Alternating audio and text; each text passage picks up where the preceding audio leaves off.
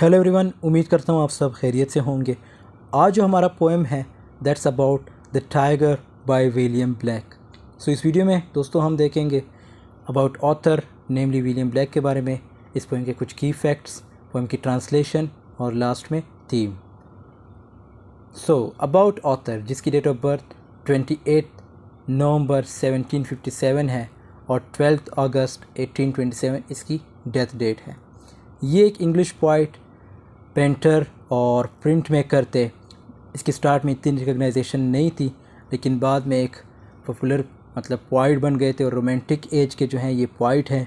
जब ये 10 साल के थे तो इसने विश शो की थी कि मैंने पेंटर बनना है, तो इसके पेरेंट्स ने इसे ड्राइंग स्कूल भेजा था। उसके तकरीबन 2 साल बाद इसने जो है पोइट्री लिखना स्टार्ट किया था और इसके जो पॉपुलर कलेक्शंस है वो हैं सॉन्ग्स ऑफ इनोसेंस, जो कि 1789 में पब्लिश कराया गया था, और इसके बाद सॉन्ग्स ऑफ एक्सपीरियंस जो कि 1794 में। सो इसका भी एक कंसेप्ट है, ये आगे हम देखेंगे। और इसके बाद फेमस पोएम जो है इसके द लैम्ब द टाइगर, जो कि आज हम डिस्कस करेंगे। आप पॉइजन ट्री, इस पर ऑलरेडी मैं एक वीडियो बना चुका हूँ, उसको ज़रूर देखिएगा। लंदन पे भी मैंने वीडियो बनाई है। And the last one is the chimney sweeper. की फैक्ट्स, ये पोएम जो है पब्लिश कराया गया था सॉन्ग्स ऑफ एक्सपीरियंस में इन 1794। अब कंसेप्ट समझते हैं सॉन्ग्स ऑफ एक्सपीरियंस और सॉन्ग्स ऑफ इनोसेंस का, कि इसका कंसेप्ट है क्या। दोस्तों, विलियम ब्लैक की 2 कलेक्शन थी, सॉन्ग्स ऑफ एक्सपीरियंस और सॉन्ग्स ऑफ इनोसेंस। जो सॉन्ग्स ऑफ एक्सपीरियंस हैं, इस कलेक्शन में विलियम ब्लैक ने उन पोएम्स को रखा जो माशरे या समाज की बुराई को दिखाती है, means about badness. So it represents the fallen world. और इसी तरह जो सॉन्ग्स ऑफ इनोसेंस है, इस कलेक्शन में विलियम ब्लैक ने उन पोएम्स को रखा जो माशरे या समाज की अच्छाई को दिखाती है। So it represents the unfallen world. William black का ये मानना था कि जब हम छोटे होते हैं, बच्चे होते हैं, तो हम बड़े मासूम होते हैं, हमारे अंदर कोई मकारी, कोई चालाकी नहीं होती। लेकिन जैसे ही हम बड़े होते हैं, हमारे अंदर मकारी, चालाकी आने लगती है। जैसे जैसे हमें दुनिया का एक्सपीरियंस होता रहता है, इसीलिए विलियम ने एक कलेक्शन का नाम सॉन्ग्स ऑफ एक्सपीरियंस रखा और दूसरे कलेक्शन का नाम सॉन्ग्स ऑफ इनोसेंस रखा। अब जो लंदन पोएम है, लंदन पोएम जैसे मैंने बताया, इस पर ऑलरेडी मैं वीडियो बना चुका हूँ। इस पोएम के बाद विलियम ब्लैक ने जो है सॉन्ग्स ऑफ इनोसेंस में कोई पोएम पब्लिश नहीं कराया था, क्योंकि जो लंदन पोएम है ये सॉन्ग्स ऑफ एक्सपीरियंस में आता है। विलियम ब्लैक ये काम बड़ी बखूबी करते थे कि जब एक पोएम सॉन्ग्स ऑफ एक्सपीरियंस में पब्लिश कराते, दूसरा पोएम सॉन्ग्स ऑफ इनोसेंस में ज़रूर पब्लिश कराते थे। लेकिन लंदन पोएम के बाद इसने सॉन्ग्स ऑफ इनोसेंस में कोई पोएम जो है पब्लिश नहीं कराया। अब इसकी बेस्ट एग्जांपल ये भी है कि जैसे द टाइगर पोएम है। द टाइगर क्या है, टाइगर पे भी मैं वीडियो बना चुका हूँ। टाइगर पोएम में क्या है कि ये जो है इसने सॉन्ग्स ऑफ एक्सपीरियंस में पब्लिश कराया था, क्योंकि टाइगर जो है ये एक खौफनाक जानवर है, और इसके बदले में इसने जो सॉन्ग्स ऑफ इनोसेंस में पोएम पब्लिश कराया था वो था the lamb. So the lamb जो है सॉन्ग्स ऑफ इनोसेंस में पब्लिश कराया इसने। अब बहुत से क्रिटिक्स का ये मानना है कि विलियम ब्लैक ने सॉन्ग्स ऑफ एक्सपीरियंस और सॉन्ग्स ऑफ इनोसेंस का जो आइडिया है वो जॉन मिल्टन की बुक पैराडाइज लॉस्ट से ली थी। आई होप आप लोगों ने पैराडाइज लॉस्ट पढ़ी होगी। सो सॉन्ग्स ऑफ इनोसेंस का मतलब है कि जब एडम और ईव जन्नत में थे, जब उन्होंने वो फल नहीं खाया था। और सॉन्ग्स ऑफ एक्सपीरियंस का मतलब है कि जब एडम और ईव ने वो फल खा लिया था और उन्हें ज़मीन पे उतार दिया गया था, मीन्स दुनिया में बेच दिया गया था। सो ये था कंसेप्ट सॉन्ग्स ऑफ एक्सपीरियंस का और सॉन्ग्स ऑफ इनोसेंस का। अब जो अगला पॉइंट हमारे पास वो है कि 6 क्वाट्रेंस है इसके। Each quatrain is made up of 2 rhyming couplets like double A double B. तो आगे हम देखेंगे इसकी जो राइमिंग स्कीम है।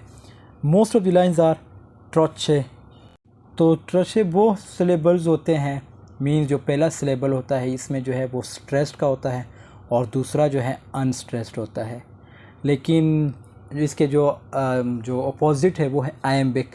आयम्बिक में क्या होता है, जो पहला सिलेबल होता है वो है अनस्ट्रेस्ड होता है और उसके जो अगला सिलेबल होता है वो स्ट्रेस्ड होता है। सो आई होप आपको इसका कंसेप्ट समझ आई होगी।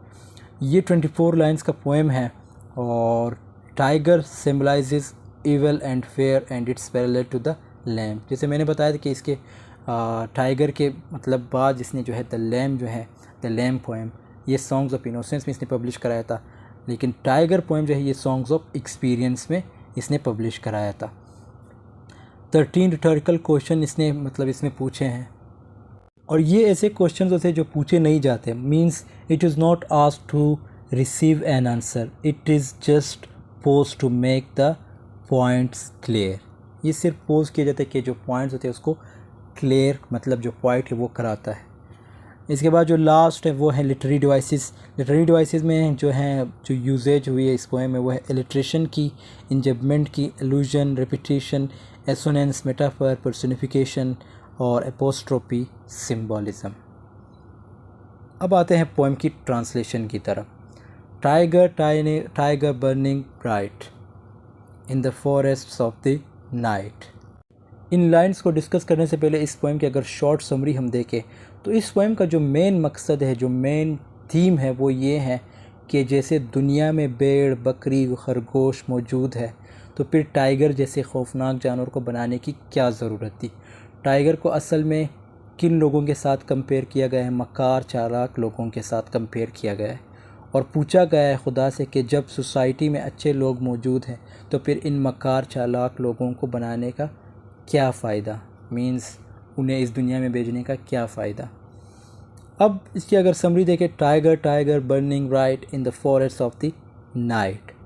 रात में जंगल में जब एकदम काला हो जाता है, दूर दूर तक कोई भी रोशनी नहीं होती, मीन्स सब कुछ अंधेरा हो जाता है, सब कुछ कवर हो जाता है अंधेरे से। उस अंधेरे में टाइगर चमकता है। अब टाइगर किस तरह चमकता है? क्योंकि टाइगर की जो चमड़ी होती है वो चमक रही होती है। What immortal hand or eye could frame thy fearful symmetry? Immortal का मतलब है लापानी, जो हमेशा कायम और दायम रहे। तो यहाँ पे immortal जो है गॉड को कहा गया है। विलियम ब्लेक कहते हैं कि कौन सा ऐसा हाथ है, कौन सी ऐसी आंखें हैं जिन्होंने इतने खौफनाक जानवर को बनाया है। गॉड इतने खौफनाक जानवर को कैसे बना सकते हैं। In what distant deeps or skies burned the fire of thine eyes? और अब वो चौंक करके पूछ रहा है कि कौन सी दौर में वो गहरी है, मीन्स वो आसमान है जहाँ से तुम्हारी ये सुलगती हुई आंखें बनाई गई हैं, मतलब ये बर्निंग जैसी आंखें बनाई गई हैं। On what wings dare he aspire, what the hand dare seize the fire? और जिसने तुम्हें बनाया है क्या उसके विंग्स थे, मतलब पर थे, उसके हाथों में इतनी ताकत थी कि उसने तुम्हें बनाया है। नोट, तो जो स्पीकर है उसे एक किस्म का डर भी लग रहा है, लेकिन इसके बरक्स उसकी खूबसूरती भी बयान कर रहा है। किस चीज़ की खूबसूरती? टाइगर की खूबसूरती को बयान कर रहा है, लेकिन उसके साथ साथ स्पीकर जो है डर भी रहा है। अब राइमिंग स्कीम की बात करें तो जैसे ब्राइट नाइट, सो ए आई, इसी तरह skies, eyes, aspire fire, skies, eye symmetry. तो ये क्या है? ये इसकी राइमिंग स्कीम है। सो नेक्स्ट स्टैंजा जो है हमारे पास, and what shoulders and what art and could twist the sinews of the thy heart. और वो किसका कंधा होगा या किसकी आर्ट होगी जिसने तुम्हारे इस मजबूत दिल को बनाया होगा। And when thy heart began to beat, what red hand and what red feet? और वो हाथ और वो पैर किसके थे जिसने तुम्हारे दिल के इस धड़कन को शुरू किया, मगर फिर भी वो तुमसे डरा नहीं। सो ये लाइंस कवर्स हो चुके हैं। अब आते हैं नेक्स्ट स्टैंजा पे, what the hammer, what the chain, in that furnace was thy brain. अब जो स्पीकर है उसकी ये थिंकिंग है कि जो टाइगर है उसका दिमाग एक लोहार ने बनाया है, उसे बनाने के लिए एक हथौड़े का यूज़ किया गया है, मतलब चेन का यूज़ किया गया है। What the anvil, what dread grasp dare its deadly terrors clasp. और कौन सी वो एनुअल रही होगी जिस पर पीट कर तुम्हें आकार दिया होगा। सो एनुअल का मतलब यही है कि जिस पे एक ऐसा मतलब दरख्त तो नहीं होता, दरख्त से बनाया जाता है उसको, जिस पे गोश्त रखा जाता है और उसके गोश्त के टुकड़े किए जाते हैं, तो उसको हम एनुअल कहते हैं। सो इन लाइंस का मतलब यही है। और वो कौन सी वो एनुअल रही होगी जिस पर पीट कर तुम्हें आकार दिया होगा, और कौन से हाथ होंगे जिन्होंने तुम्हें पकड़ा होगा, कौन से ऐसे खौफनाक हाथ होंगे जिन्होंने तुम्हें पकड़ा होगा तुम्हारी बॉडी को शेप देने के लिए।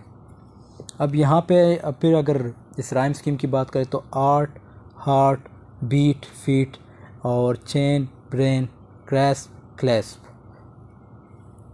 अगले lines, when the stars threw down their spears and watered heaven with their tears.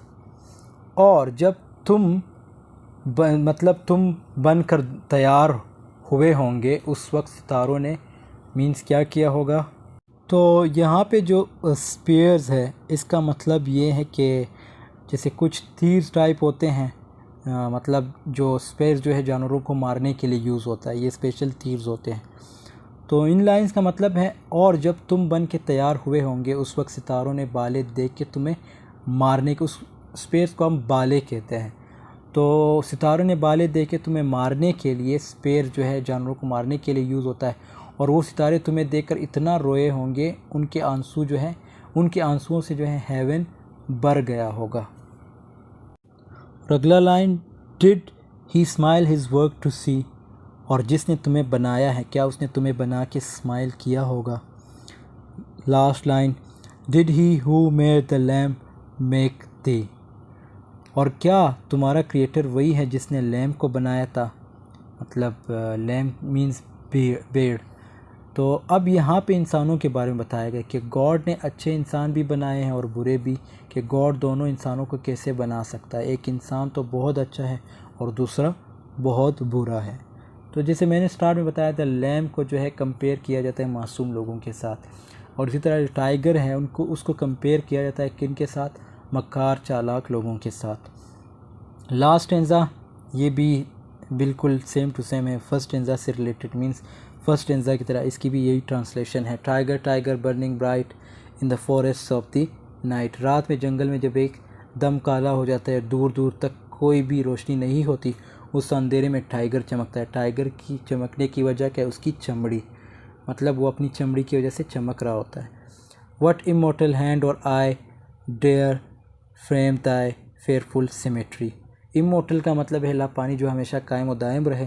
तो यहाँ पे इमॉर्टल जो है गॉड को कहा गया है। विलियम कहते हैं कि इन कौन सा ऐसा हाथ है, कौन सी ऐसी आंखें जिन्होंने इतने खौफनाक जानवर को बनाया है।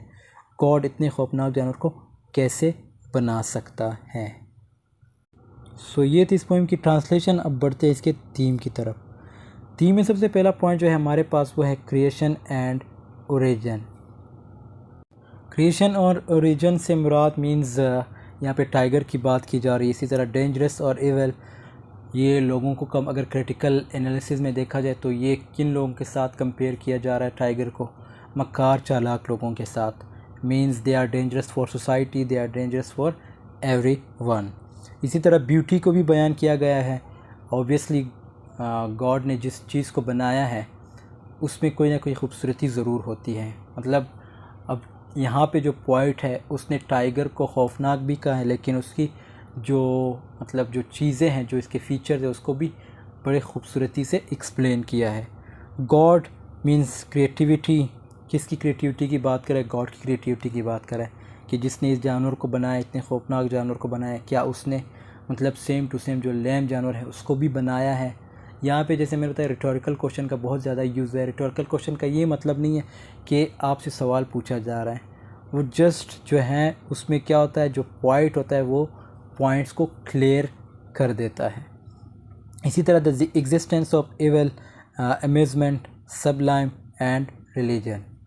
सो यहाँ पे हमारी वीडियो जो है एंड हो जाती है। I hope this video has been helpful for you. Video पसंद आई तो ज़रूर लाइक कमेंट शेयर कीजिएगा। मिलते हैं नेक्स्ट वीडियो में, तब तक के लिए अल्लाह हाफ़िज़। Take care of yourself.